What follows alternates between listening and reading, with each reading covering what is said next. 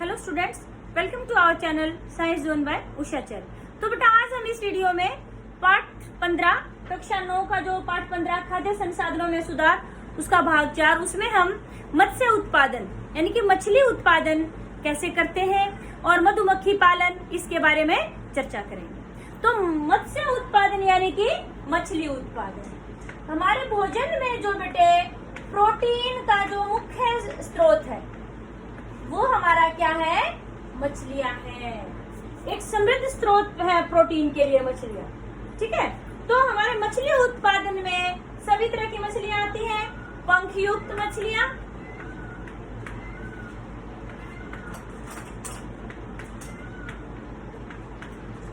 और एक कोच युक्त मछलियां या कोचिया मछलियां भी बोल देते हैं, ठीक है। जैसे हमारी कोच वाली में आ गई प्रॉन, मोलस्क आदि, ठीक है बेटे। जो मछली पालन है ये दो प्रकार से किया जाता है। एक तो मछली पकड़ना यानी कि जो हमारा प्राकृतिक स्रोत, उसमें हम समुद्र में जाते हैं, मछलियां पकड़ते हैं, हमने उनको पाला नहीं है, वो अपने आप ही है वहां पर, तो यानी कि प्राकृतिक स्रोत। और एक कृत्रिम स्रोत, आपने सुना होगा फिशरीज, ये वर्ड पीसी कल्चर आता है इसके लिए। मछलियों के पालने को क्या कहते हैं, पीसी कल्चर। तो पहला था मछली पकड़ना यानी कि मछली उत्पादन हम दो तरह से करते हैं। पहला आता है हमारा मछली पकड़ना, और दूसरा मछली पालना। ये जो पकड़ना है ये हम कहाँ करते हैं, प्राकृतिक स्रोत से।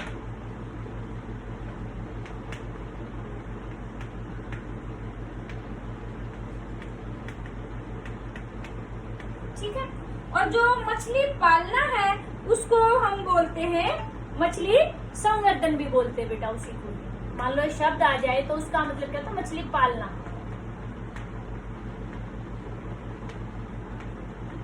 ठीक है। ये हम दोनों तरह से कर सकते हैं कि भी हमारा जो प्राकृतिक स्रोत है उसमें भी, या अपने वहां पर हम बड़ा सा तालाब बना करके कृत्रिम रूप से उसमें भी कर सकते हैं। मछलियों के जो स्रोत है बेटे वो हमारे लवणीय जल भी और अलवणीय जल दोनों प्रकार के हो सकते हैं। अब ये लवणीय जल क्या होता है, जो हमारा खारा पानी जैसे समुद्र का पानी उसको बोलते हैं लवणीय जल, और अलवणीय जल जो ताजा पानी यानी कि जो हमारा मीठा पानी होता है उसको बोलते हैं अलवणीय जल। फिर आता है हमारा, बात करते हैं समुद्री मत्स्य की। समुद्री मत्स्य की मतलब समुद्र के अंदर जो मछलियां हमें मिलती हैं।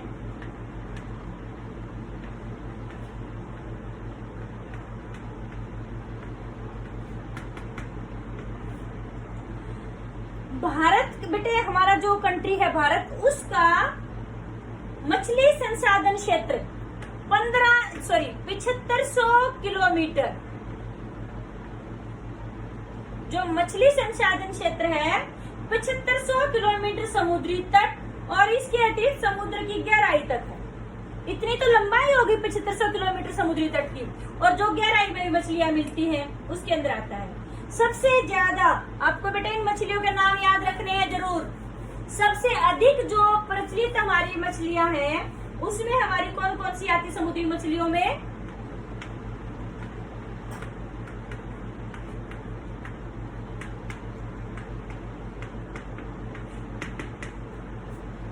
पोम्फ्रेट,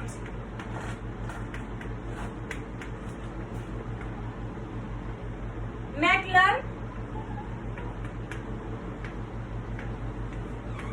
टूना, सार्डाइन। कई बार पेपर में आती है चीजें कि 5 समुद्री मछलियों के नाम बताइए, ये बताइए, तो ये आपको याद रखने हैं। कॉम्पिटिटिव एग्जाम्स में भी पूछा जाते हैं ये चीजें। बॉम्बे डक आदि, ये हमारी कैसी मछलियां हैं, समुद्री मछलियां। समुद्री मछलियों को पकड़ने के लिए बेटे विभिन्न प्रकार के जालों का उपयोग किया जाता है कि जो मछली पकड़ने वाली नाव है उनमें बैठा जाता है और जाल लेके फिर जाल डाला जाता है। आधुनिक तकनीक का भी उपयोग किया जाता है। सैटेलाइट या फिर जो प्रतिध्वनि के उपयोग से मछलियों के बड़े बड़े झुंडों का पता लगाया जाता है कि मछली का बड़ा झुंड कहाँ पर है। फिर वहां पर जाके उनको पकड़ा जाता है, वहीं पर जाल डाला जाता है। पहले झुंड का पता लगाते हैं किसकी सहायता से, सैटेलाइट या प्रतिध्वनि की सहायता से, और फिर वहां से मछलियों को पकड़ा जाता है। और कुछ बहुत अधिक जो आर्थिक महत्व वाली, जिनसे यानी कि हमें बहुत ज्यादा पैसा मिलता है, भोजन की भी आपूर्ति अधिक होती है, तो वैसी मछलियों को भी समुद्र में संवर्धन किया जाता है, इनको पाला जाता है। ठीक है, इनमें प्रमुख जो आती है यानी कि प्रमुख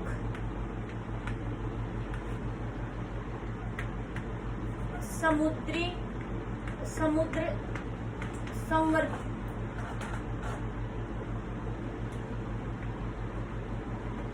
संवर्धित मछली, यानी कि जो मछलियां समुद्र के अंदर संवर्धित की जाती, पाली जाती हैं, इनमें मुख्य रूप से हमारी आती है मुलेट, भेटकी, पर्ल स्पॉट। जो पर्ल स्पॉट है हमारी पंख युक्त मछलियां होती हैं, जो ये है हमारी मुलेट, भेटकी और पर्ल स्पॉट, ये हमारी कैसी है, पंख युक्त मछलियां।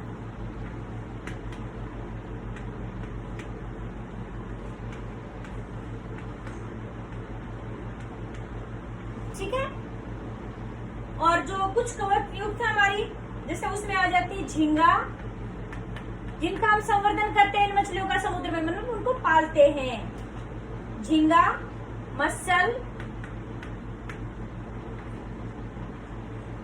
और ऑयस्टर।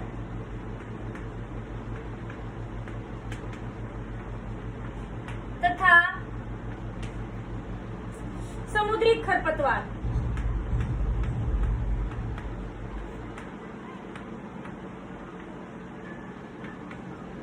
ये हमारी कैसी मछलियां हैं, कवचीय मछलियां।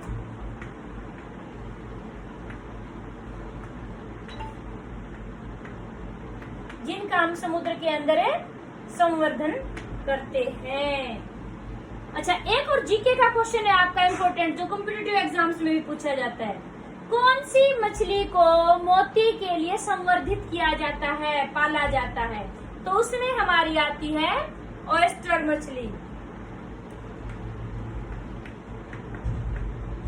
किसके लिए? मोती के लिए।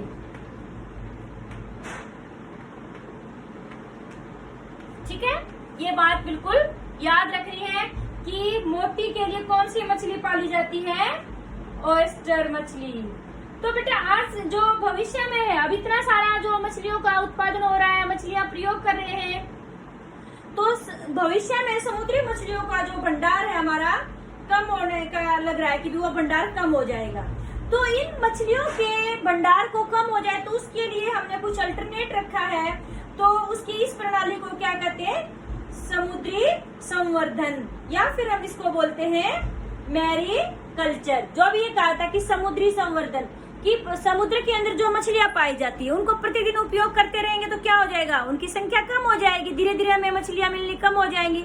तो उनके भंडार को कम होने से बचाने के लिए, कि हमारा मछली उत्पादन कम ना हो, तो समुद्र के अंदर भी संवर्धन किया जाता है। तो इस समुद्र के अंदर मछली का संवर्धन करने को हम क्या कहते हैं? मैरीकल्चर, या फिर समुद्री संवर्धन। तो आपका ये शायद एनसीईआरटी में पूछा भी है क्वेश्चन, मैरीकल्चर, समुद्र के अंदर मछलियों का संवर्धन क्या कहलाता है? मैरीकल्चर। नेक्स्ट आपका आता है अंतःस्थलीय मोलस्की। अंतःस्थलीय में क्या आता है बेटे? जो मछलियां हमारी ताजे पानी में होती हैं, यानी कि जो मीठा पानी है, और समुद्र के आसपास जो दूसरा पानी हो जाता है, जिसको नदी मुख या फिर लैगून वहां पाई जाती है, तो वहां उसको बोलते हैं अंतःस्थलीय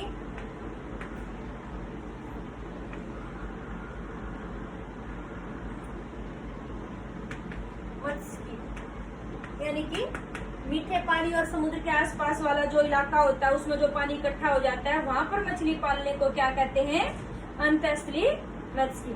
तो ये कुछ शब्द आपके बुक में कि भी एस्चुरी। एस्चुरी क्या होता है बेटे? नदी का जो मुख उसको बोलते हैं, यानी कि जो समुद्र में जब नदी मिलती है वहां पर जो स्थान होता है उसको बोलते हैं एस्चुरी। वहां पर बहुत सारी मछलियां पाई जाती हैं। और एक शब्द है लेगून। लेगून क्या होता है कि भी जो समुद्र से पानी झाल जैसे तरंगे आती है तो तरंग के समय पर वो अलग हो जाता है पानी, तो उसको बोलते हैं लेगून। तो एक और आता है आपका इसमें मिश्रित मछली संवर्धन तंत्र।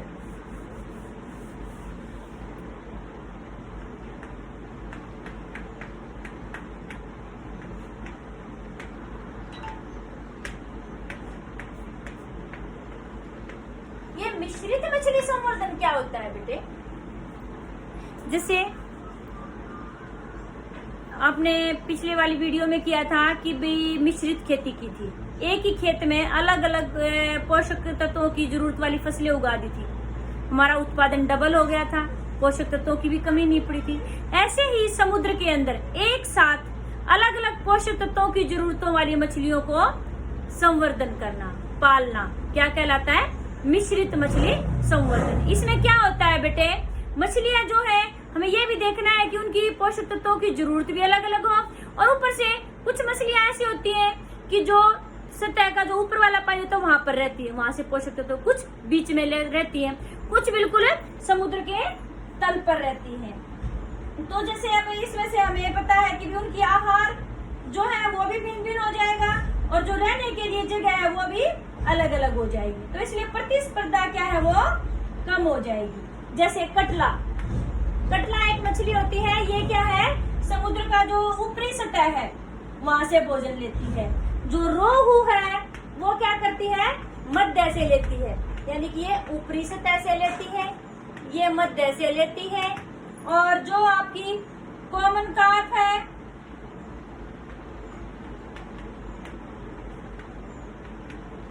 या फिर खरपद ये है, तो वो क्या करती है? तालाब की तली, जो भी हमारा समुद्र या तालाब है उसकी तली से भोजन लेती है।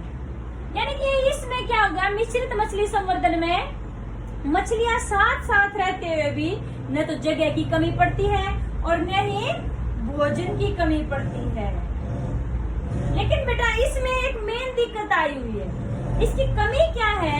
यानी कि मिश्रित मछली संवर्धन के ये तो हमारे फायदे हो गए कि उत्पादन कई गुना बढ़ जाता है, नया आहार की कमी पड़ती है और सारा का सारा आहार प्रयोग भी कर लिया जाता है। लेकिन यहाँ पर समस्या क्या है इसके साथ कि कई मछलियां तो क्या है कि सिर्फ वर्षा ऋतु में ही जनन करती हैं, तो इसलिए उनके डिम कहाँ से मिलेंगे? उनका बीज नहीं मिल पाएगा, फिर हम उनको कैसे वहां पर पैदा करेंगे? दूसरा क्या है कि भी जैसे हमने दो अलग अलग मछलियों के डिम डाल दिए, वो आपस में संकरण हो जाता है और हमारी जो हम नस्ल बनाना चाह रहे थे वो नहीं बनती और हमारी हाइब्रिड नस्ल बन जाती है। तो इसीलिए यहाँ पर ये सबसे बड़ी मतलब जो हमारे सामने समस्या खड़ी है कि भी एक तो उनके उचित नस्ल के डिम्ब नहीं मिल पाते और ऊपर से इनका जो प्रजनन समय है वो भी क्या है? बहुत सारी मछलियों का कब है? वर्षा ऋतु में। फिर आगे हमारा आता है टॉपिक है मधुमक्खी पालन।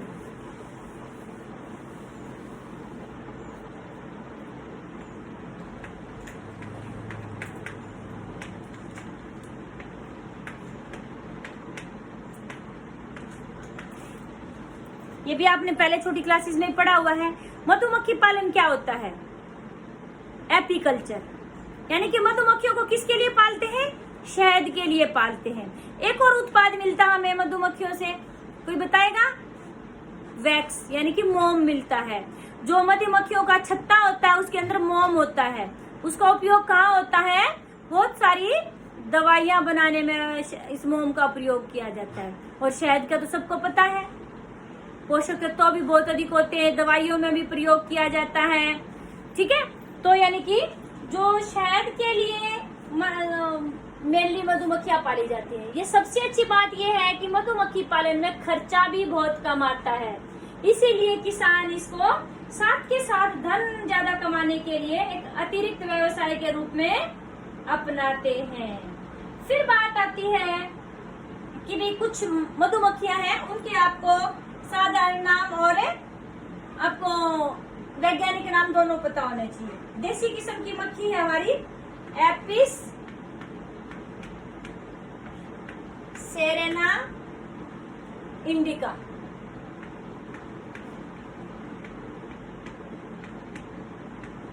ये हमारी सामान्य भारतीय मक्खी है, जिसको हम देसी मक्खी कहते हैं।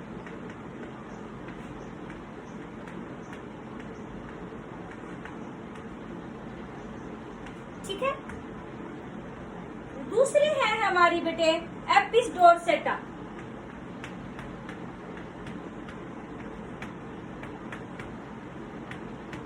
ये आपको इनके नाम याद करने पड़ेंगे, दोनों ही तरह के नाम। इसको क्या कहा जाता है? शैल मक्खी। ऐसे भी पूछ सकते हैं, एपिस डोरसेटा का साधारण नाम या फिर शैल मक्खी का वैज्ञानिक नाम। ठीक है। एपिस फ्लोरी,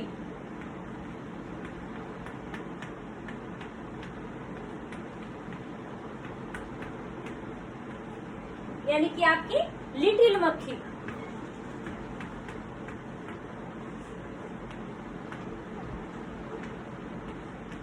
आगे आपका आता है एक इटली मक्खी है हमारी एपिस मेलिफेरा।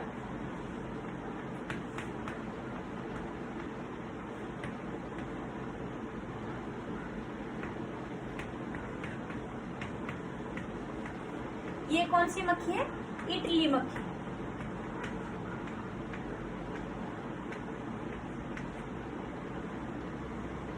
जो इटली मक्खी है बेटे एपिस मेलिफेरा, ये सबसे अच्छी मानी जाती है। क्यों? क्योंकि एक तो मधु, यानी कि मधु किसको बोलते हैं? शहद को। शहद इकट्ठा करने की क्षमता जो ये इटली मक्खी है इसमें बहुत अधिक होती है। दूसरा, ये डंक कम मारती है। तीसरा, निर्धारित से जो छत्ता होता है उस पर अधिक समय तक रहती है। और अगला है कि भी इसकी प्रजनन जो है क्षमता वो भी बहुत तीव्र होती है। तो आपसे कोई ये पूछे कि अच्छी जो मधुमक्खी की नस्ल में क्या क्या गुण होने चाहिए, तो आप ये बता सकते हैं। एक तो शहद ज्यादा इकट्ठा करती हो, अपने छत्ते में अधिक समय तक रहती हो, प्रजनन अधिक तीव्रता से करती हो और डंक कम मारती हो। ये सारे गुण किसमें पाए जाते हैं? एपिस मेलिफेरा के अंदर, यानी कि इटली मक्खी के अंदर। जो व्यावसायिक स्तर पर मधु उत्पादन के लिए आपने देखा भी होगा कई बार खेतों में आसपास में, जहाँ पर खेत वगैरह ज्यादा होते हैं, सरसों के जो फूल आते हैं उस समय पर छोटे छोटे लकड़ी के बॉक्स रखे होते हैं, उनमें कुछ चिपचिपा पदार्थ रख देते हैं, कुछ मीठी चीजें, तो मधुमक्खियां वहाँ फूलों से रस चूस के उसके अंदर घुस जाती, आकर्षित होती। तो इस तरह से मधुमक्खी का व्यावसायिक स्तर पर उत्पादन किया जाता है और उसके लिए मधुवाटिका और मधुमक्खी फार्म बनाए गए हैं। अब मधुमक्खियां जो शहद बनाती है बेटे, आपने देखा भी होगा टेस्ट करके कि सभी शहद का एक जैसा स्वाद नहीं होता। वो स्वाद किसके ऊपर निर्भर करता है कि मधुमक्खियां कौन से फूलों से रस चूसती हैं। जैसे सरसों के खेत से फूल जो रस चूसेंगे उसका कलर में भी अलग मिलेगा और उसका स्वाद भी अलग मिलेगा। जो दूसरे फूलों से रस चूसती है उनमें सब में, यानी कि जो शहद की गुणवत्ता है और उसका कलर है, किसके ऊपर निर्भर करता है कि जो रस है किस प्रकार के फूलों से चूसा गया है। ठीक है बेटा, तो ये था आपका पाठ 15 खाद्य संसाधनों में सुधार। तो आपका आज कंप्लीट हो गया है। फिर भी आपको किसी टॉपिक में कोई डाउट लगती है तो आप कमेंट करके पूछ सकते हैं। आपको वीडियो अच्छी लगी तो वीडियो को शेयर और लाइक जरूर करें। थैंक यू बेटा।